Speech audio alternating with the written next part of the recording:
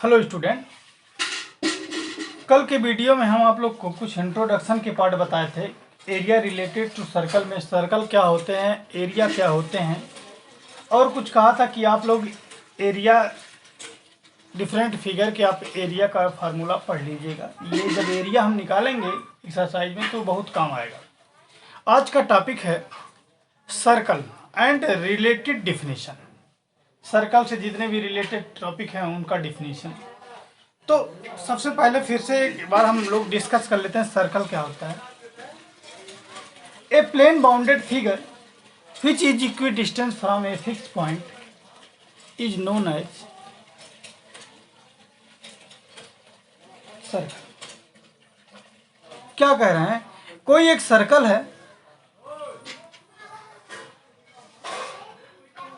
ये क्या है, कांस्टेंट डिस्टेंस है, इसको हम लोग आर कहते हैं, और ये पॉइंट ओ है। क्या है सर्कल? कोई एक बाउंडेड फिगर है प्लेन पे जिसका हर एक बिंदु एक निश्चित फिक्स पॉइंट से निश्चित दूरी पर है।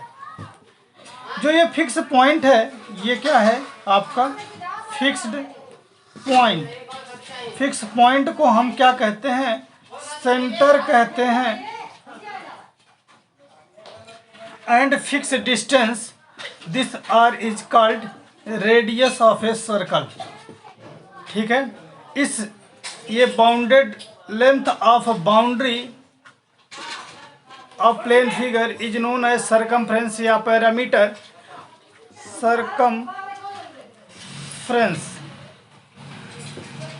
सरकमफ्रेंस इसे कहते हैं।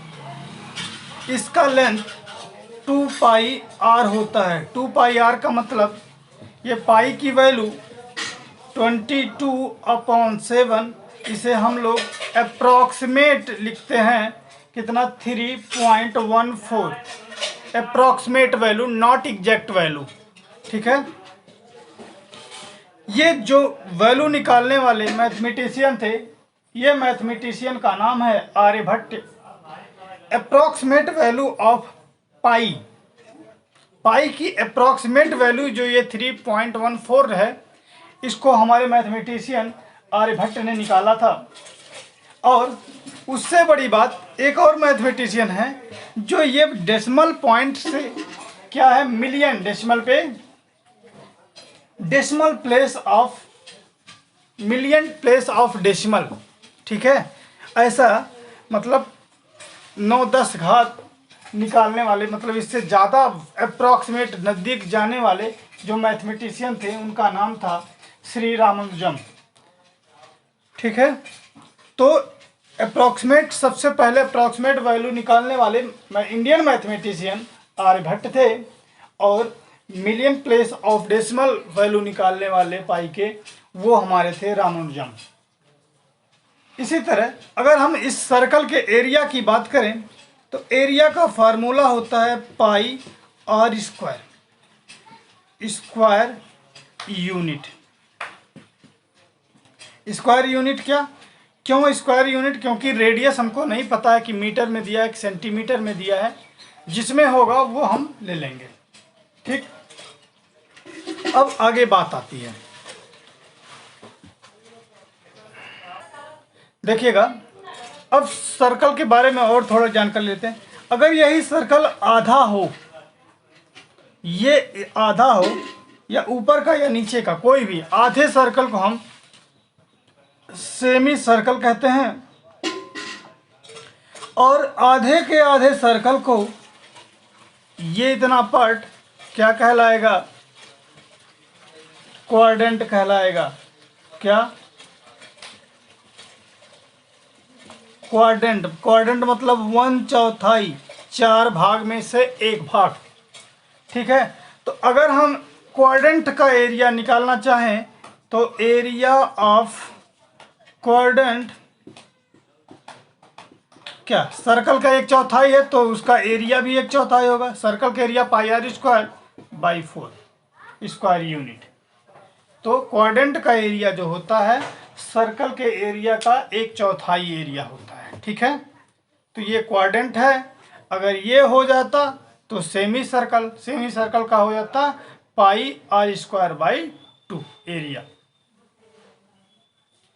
अब कुछ इंपॉर्टेंट रिजल्ट है।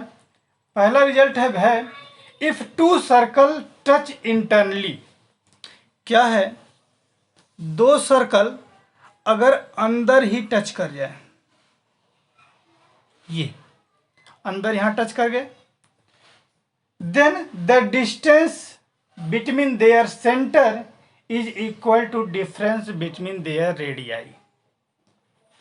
दोनों के सेंटर का में जो डिफरेंस होगा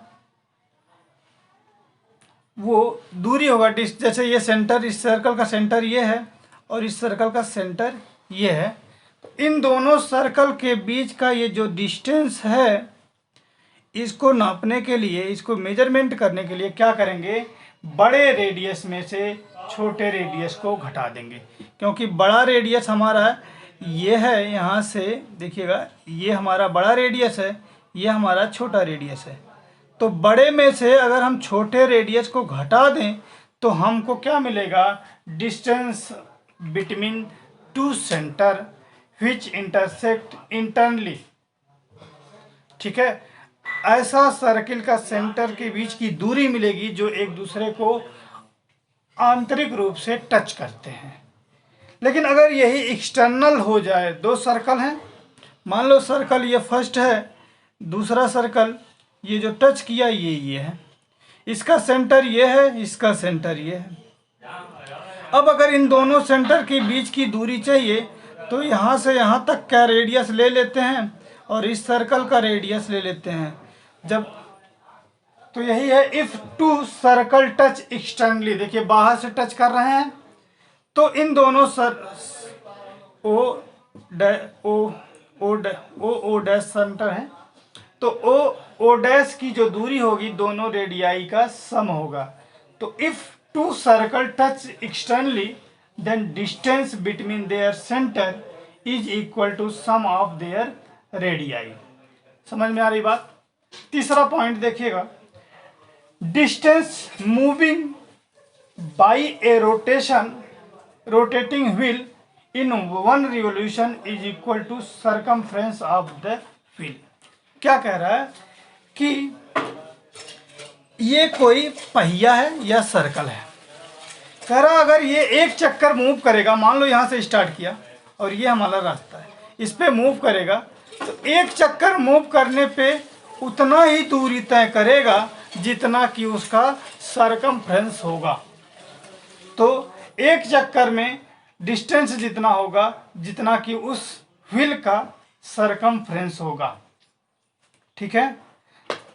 और पांचवा जो पॉइंट है वो ये कह रहा है the number of revolution complete by rotating wheel in 1 minute equal to distance moving in 1 minute upon circumference.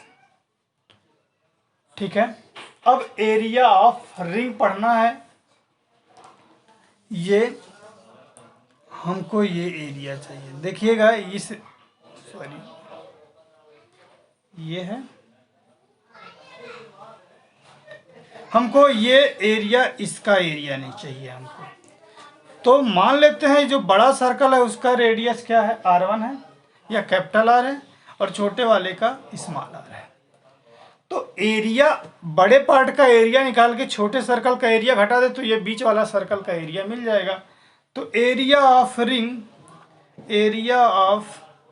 Ring equal to pi, बड़े सर्कल का एरिया क्या होगा, pi r square minus pi small r square.